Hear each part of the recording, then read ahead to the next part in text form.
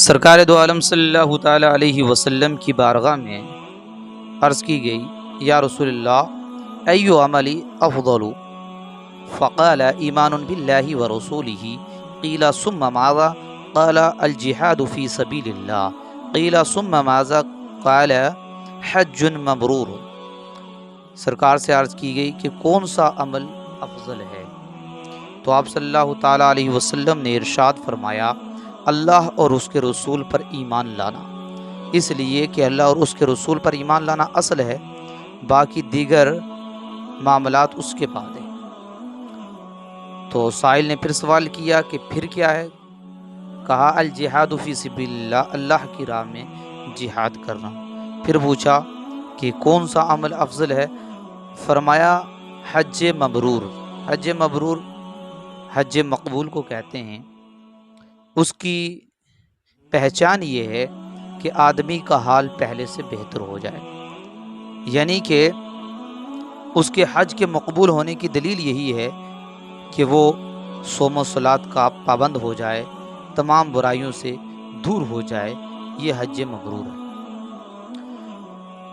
ایک اور جگہ حضور صلی اللہ تعالی علیہ وسلم نے حج کی فضیلت بیان فرماتے ہوئے ارشاد فرمایا، من حج للہ فلم یرفث ولم یفسق رجع کیوم ولدتہ امہ، کہ جس نے اللہ کے لیے حج کیا اور اس نے کوئی فحش اور بیہودہ بات نہیں کی اور نہ ہی کوئی گناہ کیا، تو وہ اس دن کی طرف لوٹا کہ جس دن اس کی ماں نے اسے پیدا کیا، یعنی کہ وہ گناہوں سے ایسے پاک ہو جاتا ہے جیسے کہ جس دن اس کی ماں نے اسے جنم دیا تھا تو وہ گناہوں سے پاک تھا۔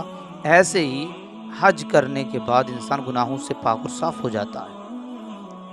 ایک اور جگہ ارشاد فرمایا، من حج فلم یرفث ولم یفسق غفر له ما تقدم من ذنبہ، کہ جس نے حج کیا اور اس نے کوئی فحش اور بیہودہ بات نہیں کی اور نہ ہی کوئی گناہ کا کام کیا تو اس کے گزشتہ تمام گناہ بخش دیے جائیں گے۔ اور سرکار نے ارشاد فرمایا، تابعوا بین الحج والعمرۃ فانہما ینفیعان الفقر والذنوب کما ینفی الکیر حبس الحدید والذهب والفضة وليس للحجۃ المبرورۃ ثواب الا الجنہ۔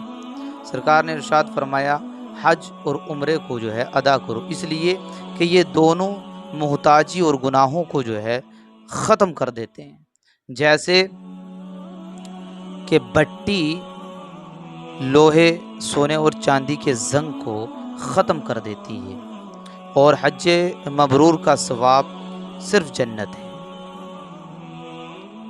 اور حضرت ابو موسیٰ اشعری رضی اللہ تعالی عنہ سے روایت ہے کہ حضور صلی اللہ تعالی علیہ وسلم نے فرمایا، حاجی اپنے گھر والوں میں سے 400 کی شفاعت کرے گا اور گناہوں سے ایسے نکل جائے گا جیسے اس دن کی ماں کے پیٹ سے پیدا ہوا ہے، یعنی کہ وہ حاجی کہ جس کا حج اللہ رب العزت کی بارگاہ میں مقبول ہے اور حج کرنے کے بعد وہ گناہوں سے دور رہتا ہے، بچتا ہے، نمازوں کو ترک نہیں کرتا ہے، تو اس کی شفاعت اللہ رب العزت کی بارگاہ میں قبول کی جائے گی، اور وہ گناہوں سے ایسے پاک ہو جائے گا جیسے وہ جب پیدا ہوا تھا اپنی ماں کے پیٹ سے، جب اس نے جنم لیا تھا تو اس وقت جیسے گناہوں سے پاک تھا، ایسے ہی جب حج کرتا ہے تو گناہوں سے پاک اور صاف ہو جاتا ہے۔